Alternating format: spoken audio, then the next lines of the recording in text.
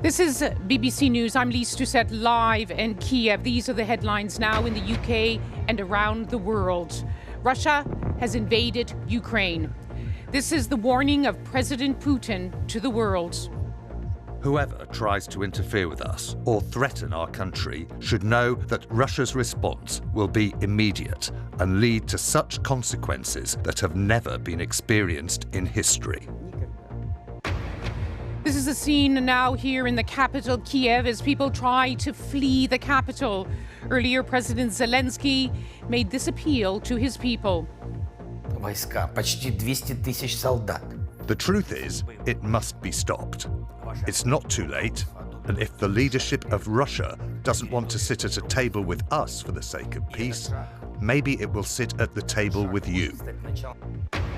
There's been widespread international condemnation of Russia's actions. We will target strategic sectors of the Russian economy by blocking their access to technologies and markets that are key for Russia. In London, Boris Johnson has been chairing an emergency COBRA meeting on this growing crisis. The British government says it stands shoulder to shoulder with the people of Ukraine. We will respond, both in terms of economic support, in terms of military support, and as I say, in terms of a punitive sanctions package. And as news of the Russian attack spread around the world, oil prices soared to above $100 a barrel for the first time in 7 years.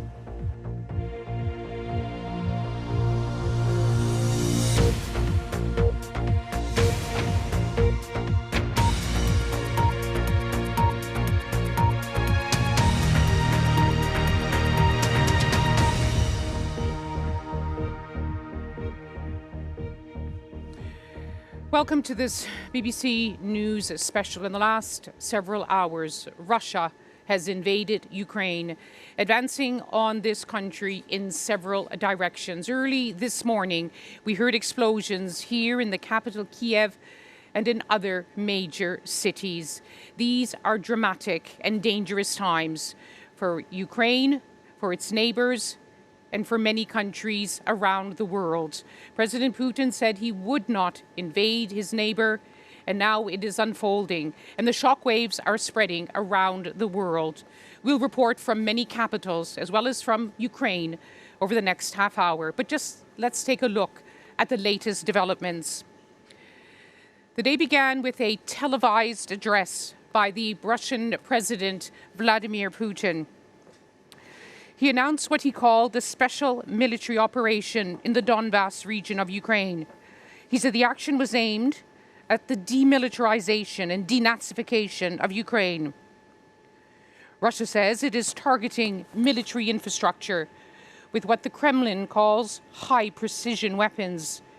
Missile strikes and explosions have been reported in several parts of Ukraine, including near major cities. Ukraine's foreign minister has accused President Putin of launching a full-scale invasion. World leaders, including from the United Nations, NATO, the US, UK, and European Union, have strongly condemned this offensive. Ukrainian officials say Russian military convoys have crossed Ukraine's border in a number of places, from the east, the south, and the north, including from neighbouring Belarus. This operation follows President Putin recognizing the independence of two self-proclaimed People's Republic of Donetsk and Luhansk in eastern Ukraine earlier this week. Let's take another look at all these latest dramatic developments. Arun Iyengar reports. It's long been threatened and now it's started. Explosions were heard in Ukraine's capital, Kiev, and here in Kharkiv. CCTV shows Russian military vehicles crossing the border from Crimea. This after Russia's President Vladimir Putin announced he was embarking on a military operation. Whoever tries to interfere with us, and even more so to create threats for our country, our people should know that Russia's response will be immediate and will lead you to such consequences that you have never experienced in your history. Weeks of intense diplomacy to avert war and the imposition of Western sanctions on Russia has failed to deter the Russian president, who has over 150,000 troops along the borders of Ukraine. The US President Joe Biden said he will address the US public later today and added, "The prayers of the entire world are with the people of Ukraine." President Putin has chosen a premeditated war that will bring a catastrophic loss of life and human suffering. Russia alone is responsible for the death and destruction this attack will bring, and the United States and its allies and partners will respond in a united and decisive way. The world will hold Russia accountable. International condemnation has come quickly. The Prime Minister Boris Johnson said, "I am appalled by the horrific events in Ukraine." He added that President Putin has chosen the path of bloodshed and destruction by launching this unprovoked attack. He promised the UK and our allies will act decisively. Earlier, Ukraine's president spoke in Russian during 9 minutes of an 11-minute speech, addressing Russians directly with a heartfelt appeal for peace between Russians and Ukrainians. Кто может этого не допустить? Who can stop this war? Люди. People. Если эти люди... And these people are amongst you, I am sure. President Putin launched the attacks while the UN Security Council were meeting in an emergency session in New York. In an angry exchange, the Ukrainian ambassador challenged the Russian president of the council to tell his country to stop the attack. The Russian president declared a war on the record. Should I play the video of your president? You declared the war. It is the responsibility of this body to stop the war. Smoke billowing from a Ukrainian military airport. Recently imposed sanctions didn't stop the invasion. For now, Ukraine is under attack and calling on international help. Aruna Iyengar, BBC News. Well, you heard in that report Ukraine's President Volodymyr Zelensky addressing the people in the early hours of this morning, informing Ukrainians that there was no longer just a state of emergency here, that martial law had been imposed. But yet again, as he's done day in, day out, he's urged the citizens to remain calm. Russia has carried out strikes on our military infrastructure and on our border guards and border detachments. Explosions were heard in many cities of Ukraine. We are imposing martial law in all regions of our state. A minute ago, I had a telephone conversation with President Biden. The United States has already begun preparing for international support. We need you to be calm today. If possible, please stay at home. Well, let's cross to Moscow now to get the latest. We can speak to our correspondent, Steve Rosenberg. Of course, Steve, where I am, Ukrainian officials are denouncing what they call an invasion. How is it being described in Moscow? Yeah, there's a big contrast, isn't there, in the language being used. In his televised address, Vladimir Putin called this a special military operation. But of course, from all the images we've been seeing coming out of Ukraine, this is much more than a special military operation. It is a full-scale assault. It is basically a Russian invasion of Ukraine. And Vladimir Putin tried to portray this as an effort to protect Russia's national security. In his televised address, he claimed that Ukraine had been turned by the West into a hostile anti-Russia that was being pumped full of the most modern weapons. What struck me most, Lyse, from watching that address was how the Russian president turned everything upside down. So he was portraying Russia not as the aggressor but as the victim of aggression from the West, NATO enlargement, aggression from the United States. And he referred to the West as the evil empire in the same way that Ronald Reagan once referred to the Soviet Union as the evil empire. So going back into history, turning everything upside down to justify his actions.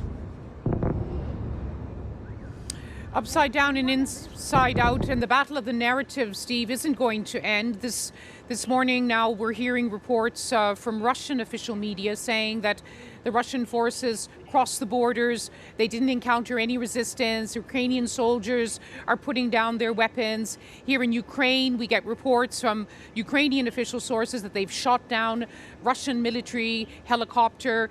For all of us covering this, the truth lies somewhere in between.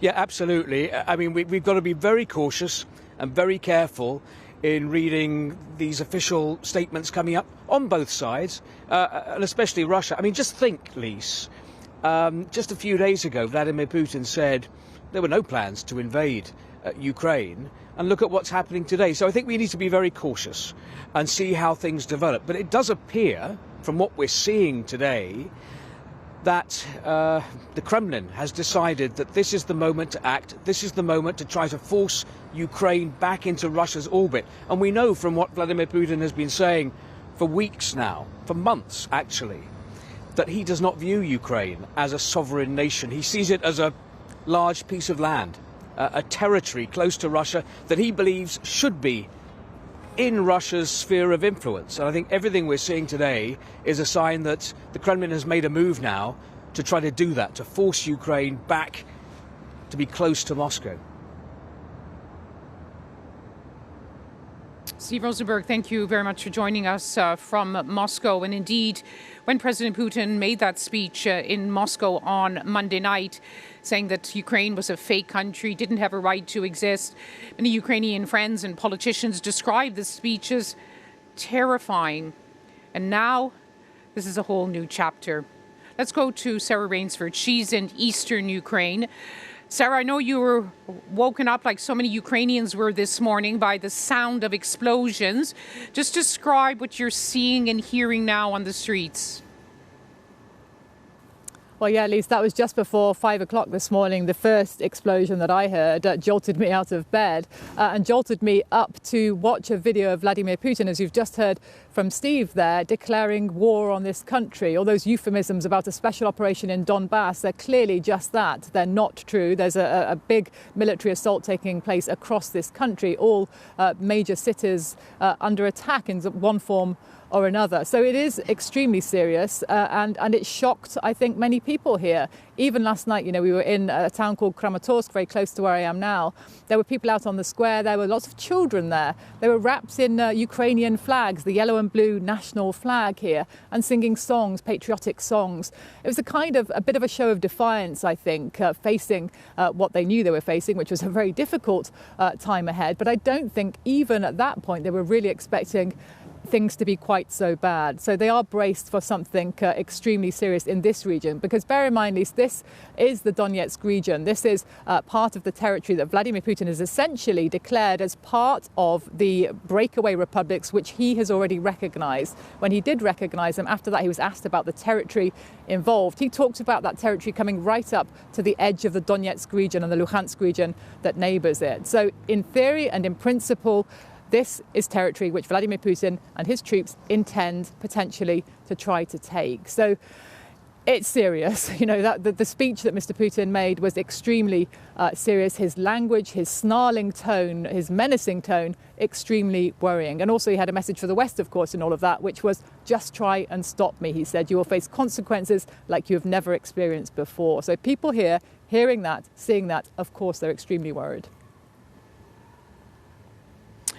Sarah Rainsford, thank you very much for your reporting from eastern Ukraine. As Sarah said, it's serious, very, very serious for Ukraine, most of all, but also for the neighbours of Ukraine, indeed for all of Europe and beyond.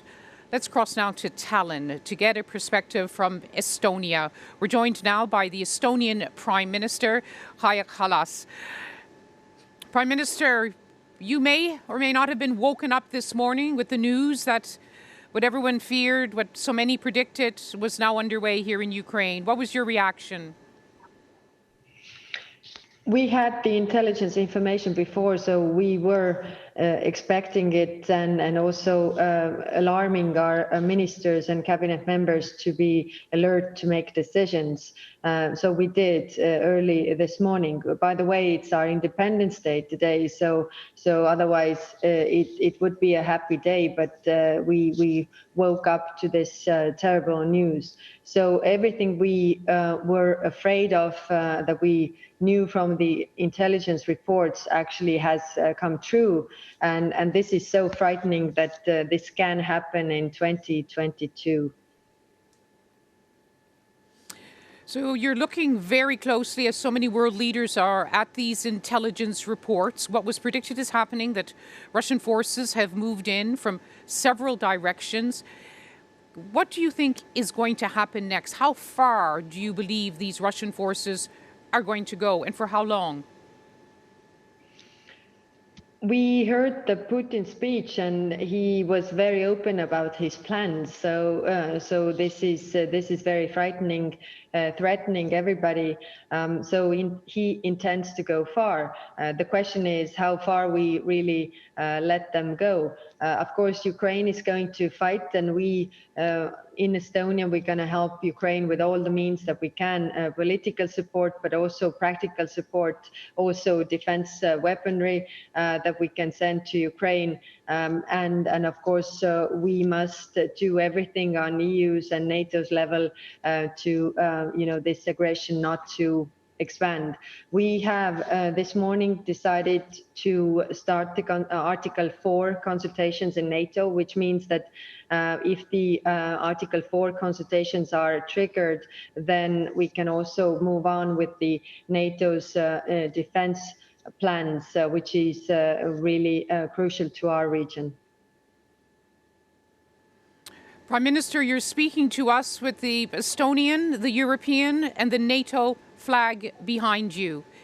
It must be a very sobering, very jarring realization that even that kind of support hasn't stopped President Putin from carrying out his plans. Well, so far, we don't see any military threat at our borders. So we are part of NATO, we are part of the EU. In NATO, we have the Article 5, which says attack on one is attack on all. So if any of NATO countries are attacked, it's going to be attacking NATO as such. And I think it's a bit too big bite to Putin to take, even if he threatens. But of course we have to prepare, and we also have to prepare for the aggression going on in Ukraine, going it even further. We are almost exactly the same kilometers distance from Kiev that is Berlin, for example. So it is equally detrimental to Europe. At some point today, if it hasn't happened already, you or the President of Estonia will speak with President Zelensky. What will be the message at this hour? We are trying to support Ukraine with all the means we can get. We also have an EU summit coming this evening, where all the prime ministers of the European Union gather and discuss the situation. So we must impose the strongest sanctions that we have against Putin, because one is the deterring effect that right now doesn't maybe work that well, but also is the weakening effect of the adversaries, that he doesn't move any further, which is also important at this day. Prime Minister, we're very grateful to you for making time on this really, really monumental day for Ukraine, most of all, but also for Ukraine's neighbours and indeed all of Europe. Thank you very much for joining us. Thank you. These have been breathtaking moments over the past several hours, and in the dark of night, Ukraine requested an emergency session of the UN Security Council after President Putin announced this special military operation. We saw on the floor of the UN Security Council at the world's top table a tense standoff between the Russian and the Ukrainian permanent representatives. Remember, it is Russia chairing the Security Council this month. And after the meeting ended, this is what Ukraine's ambassador, the permanent representative, had to say. It's too late, my dear colleagues, to speak about de-escalation. Too late. The Russian president declared a war on the record. Should I play the video of your president? Ambassador, shall I do that right now, or you can confirm it? Do not interrupt me, please. Thank you. Then don't ask me questions when you are speaking. Proceed with your Anyway, you declared the war. It is the responsibility of this body to stop the war. So I call on every one of you to do everything possible to stop the war. Or should I play the video with your president declaring the war? Thank you very much. Again, I must say that I thank the representative of Ukraine for his statement, and the questions, I wasn't planning to answer them because I've already said all I know at this point. Waking up Minister Lavrov at this time is not something I plan to do. You said the information that we have will be something we provide. And this isn't called a war, this is called a special military operation in the Donbass. A strange kind of alternative realities there in New York at the UN Security Council, insistence on the protocols and on the rules of order, including by Vasily Nebenzia, who's the Russian permanent representative. Let's just hear a bit more of what the Ukrainian ambassador to the UN had to say. You can ask an aggressor to abstain from vote at the stage of peaceful resolution under Chapter 6, but you cannot ask aggressor, believe it or not, to abstain from vote under Chapter 7 when the Council deals with the aggression.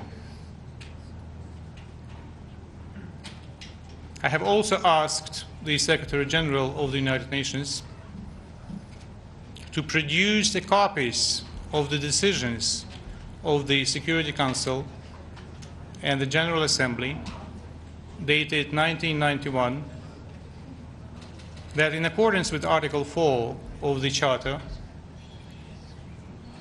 welcome the desire of the Russian Federation to be a member of this organization.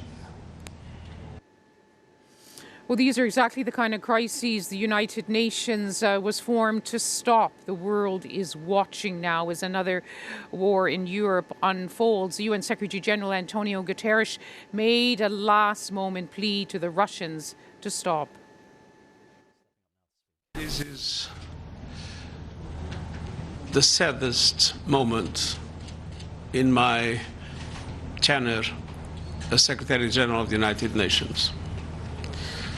I started this meeting of the Security Council addressing President Putin and telling him from the bottom of my heart, stop your troops from an offensive to Ukraine, give peace a chance because too many people have already died.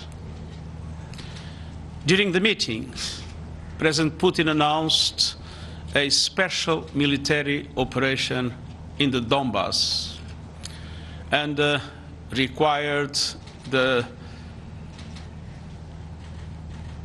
Ukrainian troops to lay down their arms.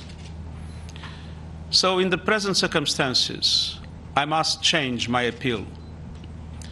And I must say, President Putin, in the name of humanity, bring your troops back to Russia.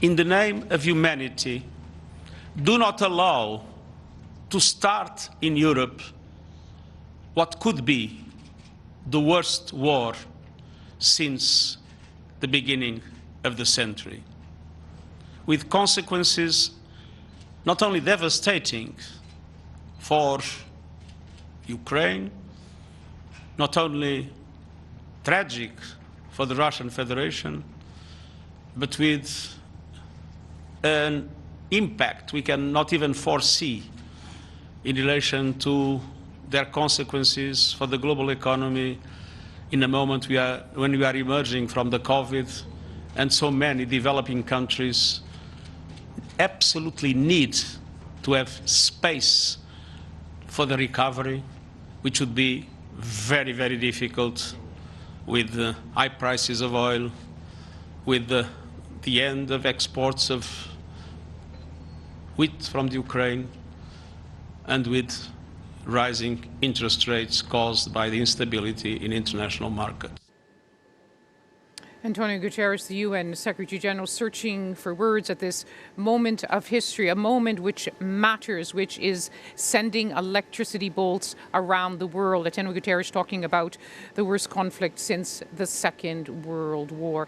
Let's speak now to CBS correspondent Bradley Blackburn, who's in New York witnessing that. Bradley, there seemed to have been electricity in that room and perhaps disbelief. What was it like to be reporting on it? What did you take away from it?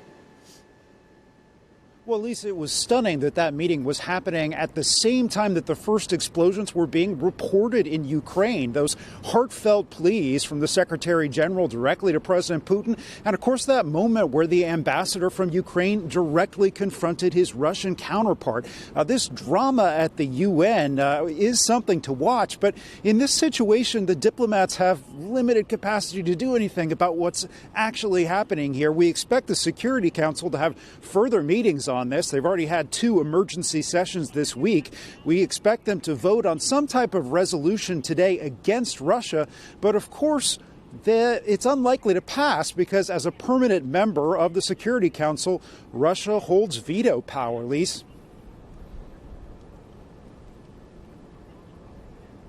And there must be a profound sense of sadness, of pessimism that all the world's top diplomats, everything they did. You know, I saw Antonio Guterres at the Munich Security Conference last weekend, and they were hoping against hope this wouldn't happen. It must be palpable, that sense of failure.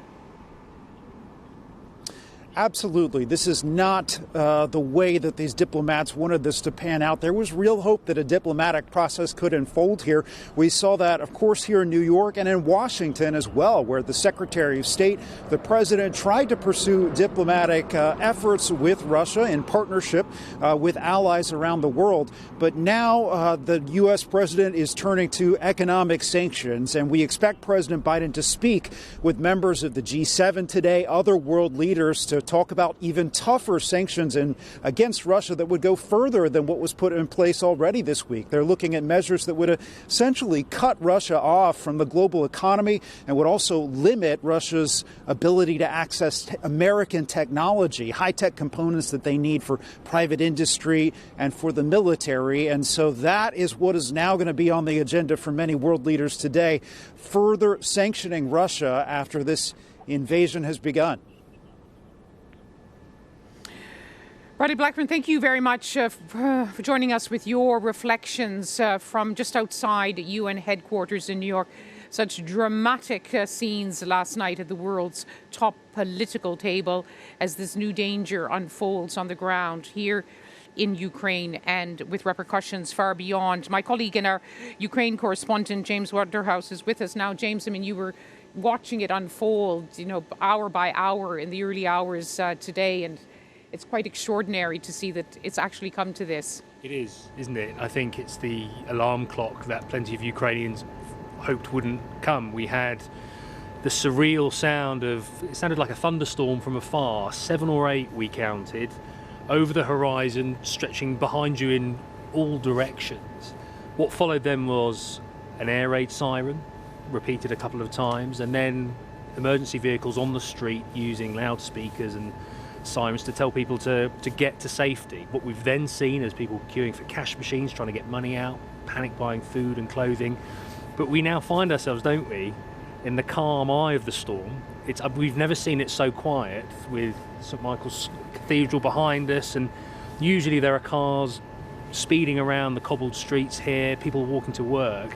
I've got to say, people are still going to work who have left, but for the first time over the last 24 hours we're seeing people in military uniforms. More than 1,000 reservists have been conscripted, have been called up. We're in a state of martial law. We've seen more police officers on street corners and vehicles and the like. So the capital finds itself in a state of readiness, doesn't it? Yes, and we still hear the bells tolling for Ukrainians. That I can see the buses running on time. You know, when we report on wars, we often look at the troops in the trenches, but this is war too, of people having had to get used to, if that's possible, this last 8 years of Russia permeating all aspects of their lives. People have marveled at how stoic they seem to be, and this is carrying on even while they become ever more worried. it's so striking, and they describe it as a weight. This to put it mildly, this difficult neighbour, this more powerful neighbour, interfering with day-to-day life, frequent cyber attacks on the country's infrastructure. So you have that enduring feature, along with the unpredictability, the speculation around an invasion, the grim forecasts from the West, their own government until this week saying stay calm, don't panic, and then all of a sudden it comes to this pinch point, and we've seen more Ukrainians express worry. Some have already left the city, they've moved west, but as we've seen from the reports coming in from the west, with a military airbase being targeted there, an airport just outside of the city here being targeted, teams in the east, in Kramatorsk and Kharkiv, and reports of breaches at the border, as well as the south in Mariupol and Odessa, and this is showing this is the worst realisation of an escalation. But as ever, Lyse, we are still in a position where we don't know what happens next. Yes, and you'll know that here so many said, really? Would he really do that? Would he come as far as the capital, Kiev? So far we've just had the explosions on the outskirts of the city. But now as we're speaking, we're getting reports that the Belarusian troops, which of course Belarus is a very strong ally of Russia, of President Putin, that they'll be authorized to also support Russian forces if necessary. This would be another escalation, what is already a deep crisis. And this was another long-held security concern now being realised. We've had these joint exercises to the north between two powerful allies, and the border service, Ukraine's border service to the north, has reported another incursion involving Russian troops, not yet clear if there are Belarusian troops as well, and that is 3 hours from here in a vehicle. So that is it feeds into that encroachment on Ukraine in Ukraine's capital. So the scale of what the country is facing is still continuing to be realised. Now, as we speak, President Zelensky has taken to the podium again. He's giving a press conference and he has repeatedly been addressing the Ukrainian people. Let's just listen in again. Это желание уничтожить нацию невозможно.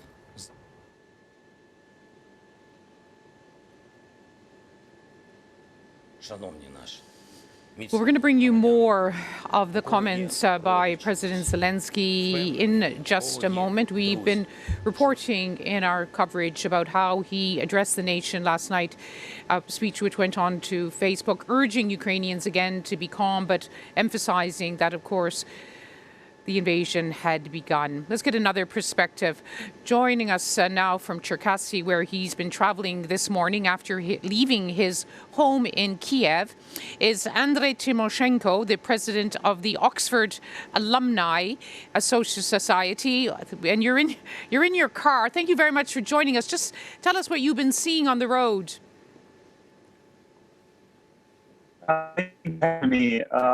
Obviously, we're in this station for quite some time, so most of the families, they already had contingency plan where to take their families outside of big cities. So there are big queues on the gas stations and next to the stores, but I think it's more of a confident, resolve rather than a panic. People are just following their plans. And what do you think their plans are? So, from my perspective and the people I talk to, it's first taking their families somewhere safe, and then following the advice or the commands of the central government. So we trust our military, we trust our government. So we'll be seeing what's happening next. We've just heard from President Zelensky in his comments saying that Ukrainian citizens are now authorized to carry guns. We had been hearing reports that many more Ukrainians were going to the gun shops. What do you think the impact of this will be? So I think that for the last couple of months, there was a big uptake in procuring arms, in joining armed forces, in joining territorial defense. So I think it means that people will resist, people believe that they should be resisting, and that no one is supporting Russia here and nobody is waiting for them here. What were your reactions this morning when you first realized that this is it. It's happening. What so many predicted, what so many feared, what so many couldn't bring themselves to believe would ever happen. When you realized the invasion was beginning, what went through your mind?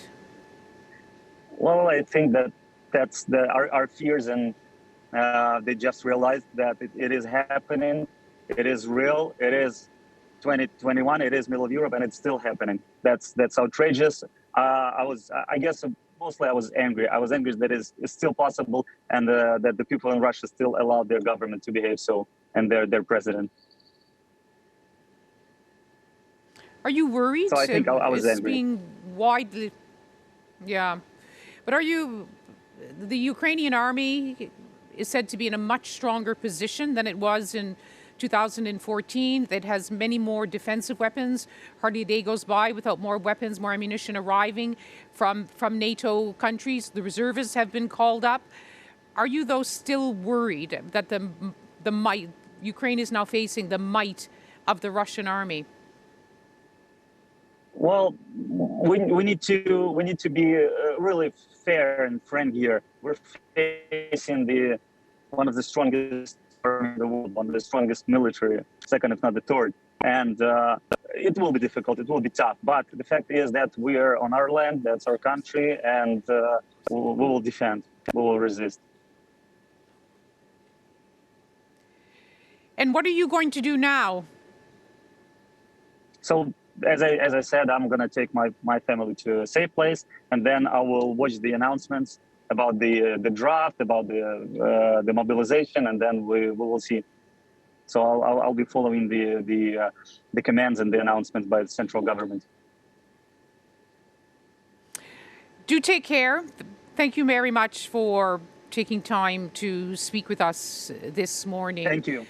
Well, as these dramatic developments unfold here in Ukraine, including in the capital, Kiev, there have been reactions from around the world, including in Brussels today, where the EU Commission's President, Ursula von der Leyen, said that the thoughts of those in the European Union were with Ukraine and the innocent men, women and children as they face what she called this unprovoked attack and fear for their lives. She also said that the European Union will approve more sanctions later today. We will target strategic sectors of the Russian economy by blocking their access to technologies and markets that are key for Russia. We will weaken Russia's economic base and its capacity to modernize. And in addition, we will freeze Russian assets in the European Union and stop the access of Russian banks to European financial markets. Warnings from around the world on this day that Russia has begun its invasion of Ukraine from several directions. In the last few minutes, President Zelensky has authorized Ukrainians to bear arms as his country now faces a threat, a danger it hoped and prayed would not come to happen. But now it's unfolding and the world is watching. We'll continue to bring you live coverage here from Kiev, from many other cities with our coverage with BBC teams. But for now, we're going to hand you back to the studio in London. Thank you very much, Lyse. If you are watching this morning from Ukraine, please do get in touch. Tell us how your life is changing, has changed suddenly. If you have friends and family in Ukraine, how are you feeling right now? It's victoria@bbc.co.uk, or you can message me on social media. Joe says, I'm spending the morning trying to reach my friends and former colleagues in Ukraine. I'm desperately worried about them. This viewer says, my stepmom is from Ukraine. She lives in Lancashire. She was due to fly back to Kiev 3 weeks ago, but we talked her out of it. She has all her family back there, and she's told them to take her car and all her money that she has there to get essentials for the family who need it. She is devastated, and I have no idea what to say to her. You can contact us on social media. You can email victoria@bbc.co.uk. We're going to speak now to a Conservative MP, Tobias Ellwood, who is chair of the UK Defence Select Committee. Good morning to you, Mr. Ellwood. And what is your response to what President Putin has done overnight? Well, it's not surprising. He's been leading this the entire time. It's now happened, a full-scale invasion of a European sovereign state. And this has been building up for months. And the West has failed to alter the trajectory of events. We tried diplomacy, but without any form of carrot or stick that was going to alter Putin's thinking. And we've now tried limited sanctions. In the UK here, we said we're going to do some sanctions now, and if there's a full invasion, well, then we'll do a little bit more, hoping perhaps the tanks might turn around. And I have to say, if Kiev falls, history will ask why the West didn't do more, why we didn't use our NATO hard power deterrence, the one Western asset that Putin fears. This was not harnessed, and we're now seeing the consequences of that. So just be explicit then. What should the NATO nations have done to stop this? 6 months ago, I called for a NATO division, to be moved into Ukraine. That is what Ukrainians were requesting, and that would have deterred this invasion. That would have been enough to make Putin think twice. But we didn't do that. We actually did the opposite. We declared that we would not send any NATO troops into Ukraine. We parked that away. We failed to recognize that Ukrainian security is European security. And the consequence of this invasion right across Europe is now being felt, not just from a security perspective, also from an economic perspective as well. We're now moving into a new phase of this crisis. We cannot be timid. We cannot be risk averse. We've got to be more united. We've now got to assist Ukraine militarily and look to see how that can be done, whether it be weapon systems, a no-fly zone. We need to be far more front-footed on this, but also recognize Putin himself. Where does he want to take his country? He has no interest in the West. He doesn't care about Western sanctions. He's tilting his country towards China. And until we pick up that understanding, we will not appreciate the events as they're rolling out. We're actually playing into his game with sanctions, because that helps him persuade his own people. Our future is not with the West. They don't like us anymore. It's with China, who asks less questions about this, can buy our oil and gas, and help us with their One Belt, One Road programs. That is where I want to take us. That is the Russian destiny. You don't know if putting NATO troops in a non-NATO country like Ukraine would have deterred President Putin. In fact, it might have given him reason to go in earlier, because he would have said NATO is provoking a war and we need to defend our territory. That's exactly what Putin wants us to think, and that's exactly why we've hesitated. We need to have greater confidence in what we stand for, what we believe in, what we're willing to defend. Yes, it would be a Cuban Missile Crisis moment, but I absolutely believe that that would have been the one thing we could have done to prevent this invasion. We were going in there to defend, not create a war, and our hesitance, our risk averseness, our timidity has actually allowed one to take place. But isn't that because populations in the West have seen their governments take decisions to send British troops, US troops, French troops, German troops to Iraq, to Afghanistan, and look what's happened. Lives are lost, and then we clear off, and the old regime turns up again. Right, and that's exactly the wrong comparison to make, because Why? Those countries, and I understand why you present that argument, is as us invading another country, taking control of another country, trying to run another country. We're here trying to defend a country who's requesting our assistance, trying to prevent an invasion, trying to stop another country invading it. That's the big difference here. But I understand that after Iraq and Afghanistan, there is a hesitance, a nervousness, if you like, to even get involved. Okay. But it is that hesitance back in 1938 that led to, I'm afraid, a greater concern. And that, I fear, is what's going to happen now. So what should the West do now, in your view? Straight away, we need to answer the calls for small, medium-times weapons, type of weapons, satellite systems, counter-cyber technology, drones, ISTAR, intelligence support, all that should come. But on a wider scale, we should seriously consider the implementation of a partial or no-fly zone. Okay. And the wider picture is to strategically understand where Russia is tilting his nation. The fact that our world is moving into a new era of instability with Russia and with the Russia and China alliance. Some big questions as to why the West needs to wake up to. Thank you very much for talking to us. Thank you, Tobias Ellwood, Conservative MP and Chair of the UK Defence Select Committee. Well, the UK Foreign Office Minister James Cleverly was doing interviews this morning, and he admitted that the preventative sanctions from the US, the UK and Europe failed, obviously, to deter President Putin from this invasion. Mr. Cleverly says, though, new sanctions will put real pressure on Russia's economy. Now we're in a situation where the sanctions are going to be punitive.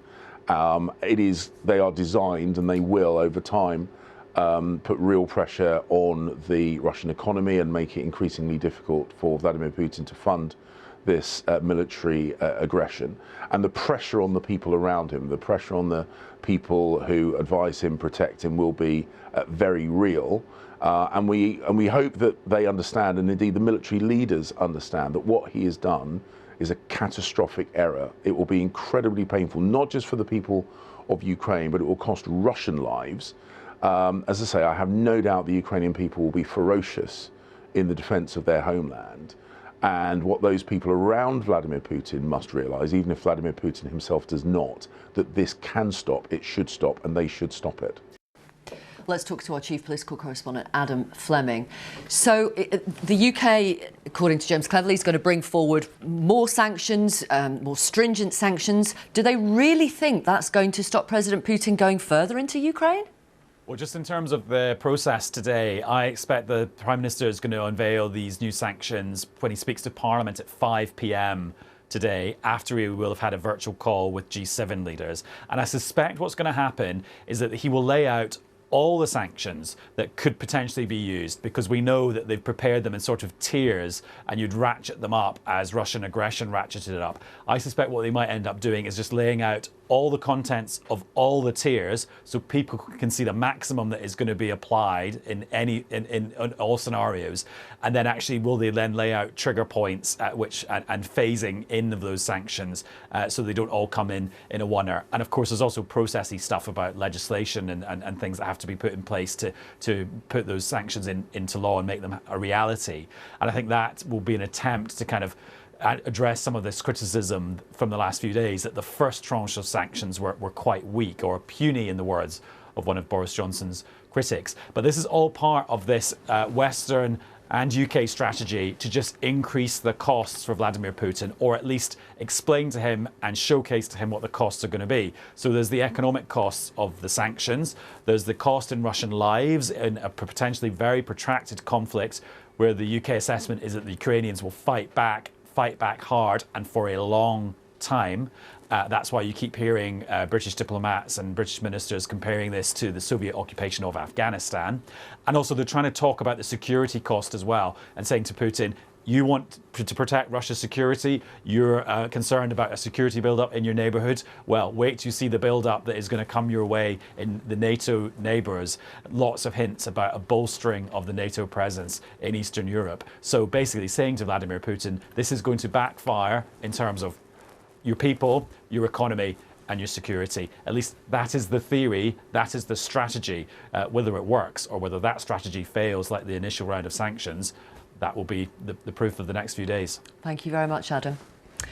We're going to go back to our chief international correspondent, Lyse, Doucet, who is in the capital of Ukraine, Kiev, and a city, Lyse, where the roads are jammed. There is gridlock as families flee.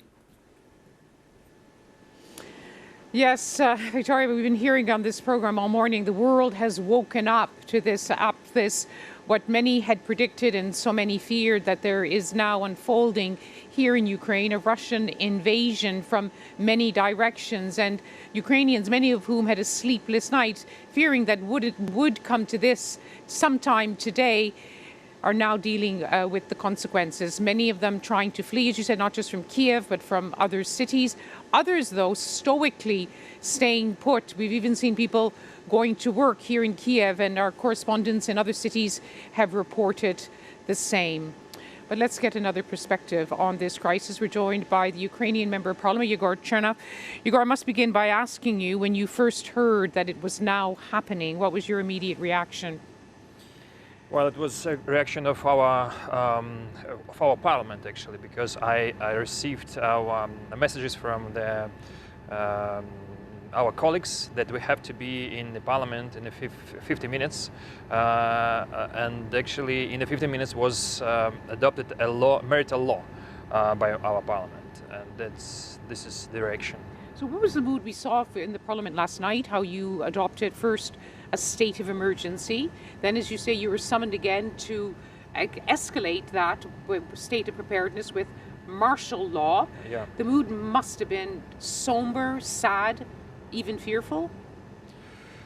Well, we considered this scenario before, so our army was prepared for this, and actually, despite of these attacks of ballistic missiles to our airports, our aircrafts saved because they left this airport before this attack, and our army actually shot down 5 aircrafts of Russian Federation and 1 helicopter.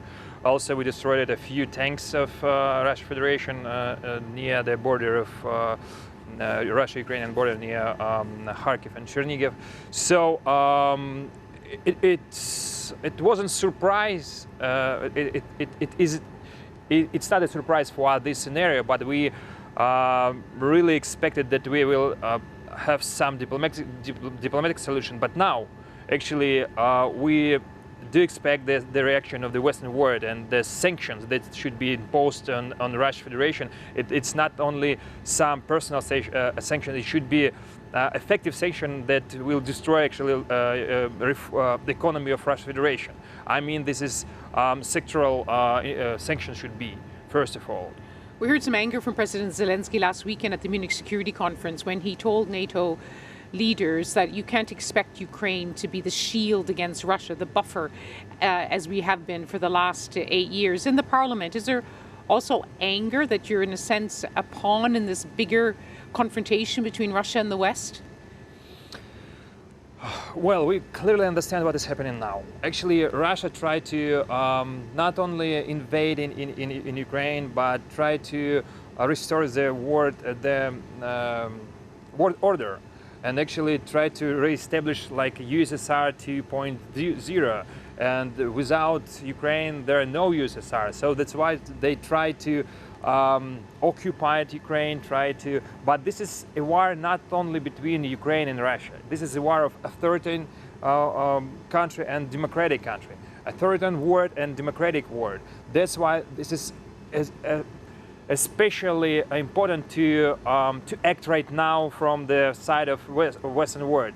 We will fight. We will fight well, all of us. Actually, President Zelensky just 10 minutes ago announced a full mobilization of our country, and but we have still need the support of the Western world, of Western countries, by weapon, by humanitarian equipment, by actually sanctions. We spoke weeks ago here in Kiev when the everyday ammunition, weapons were arriving. NATO partners have been reassuring you that they will have your back. Martial law has been imposed. There's been a general mobilization. Do your fellow members of parliament feel that still you're not quite ready to face up to the Russian army? Well, we don't have any chance to be not ready, you know. So we are ready and we faced already. So that's why we will fight on different direction. I know that, you know that they actually this heavy shell and these ballistic missiles was shoot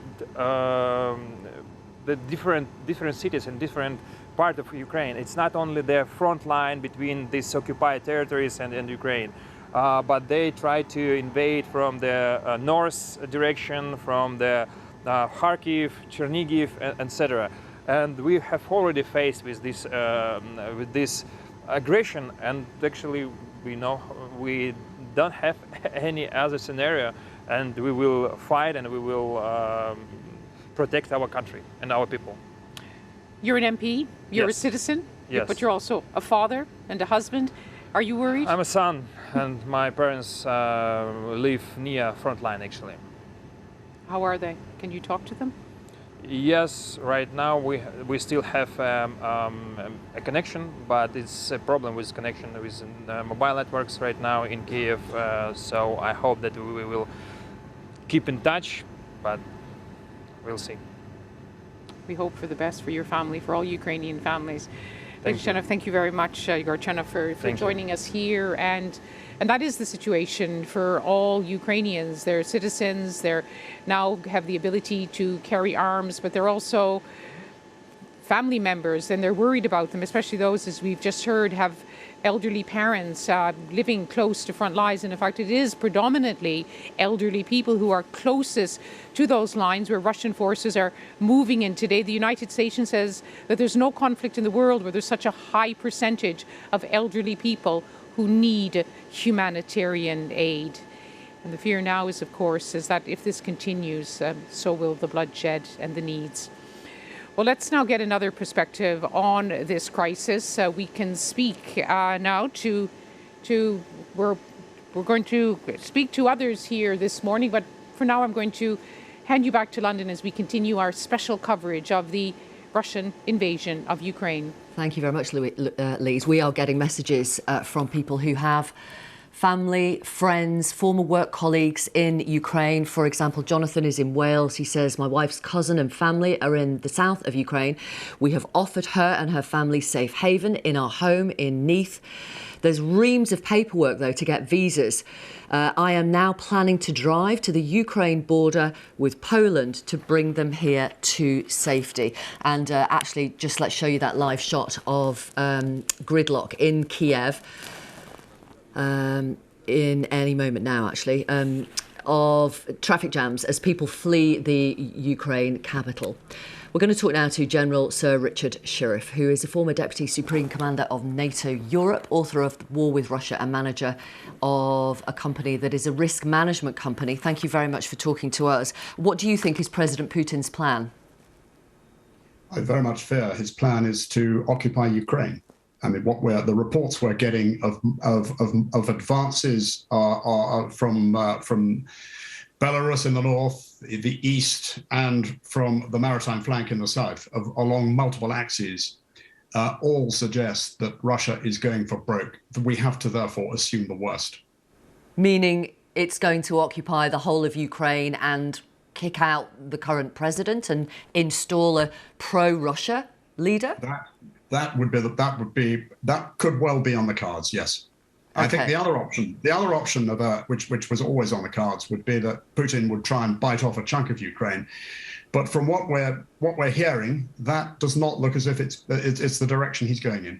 Okay, so what should the 30 nations who are members of the military alliance NATO do now? Because sanctions, diplomacy have failed. You're right, diplomacy's failed completely.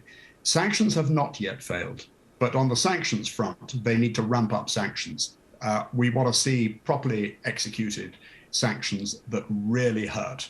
Well, thus far, we've seen a pretty pathetic dribbling of sanctions, particularly from the UK. So sanctions have got to really hurt. And if they hurt us as well, I'm afraid that's a pain we've got to accept, because we're facing an existential threat and an existential crisis, and we have to find ways of making Russia call a halt to it. But the other thing that must happen as an alliance is properly effective defense of the alliance. And so NATO now should be mobilizing its forces, it should be ramping up its capabilities, it should be deploying significant land, air and maritime force to Eastern Europe and to defend the Eastern European flank. Because we need to send a seriously powerful message. Thus far, but absolutely no further, because this thing could develop a dynamic of its own.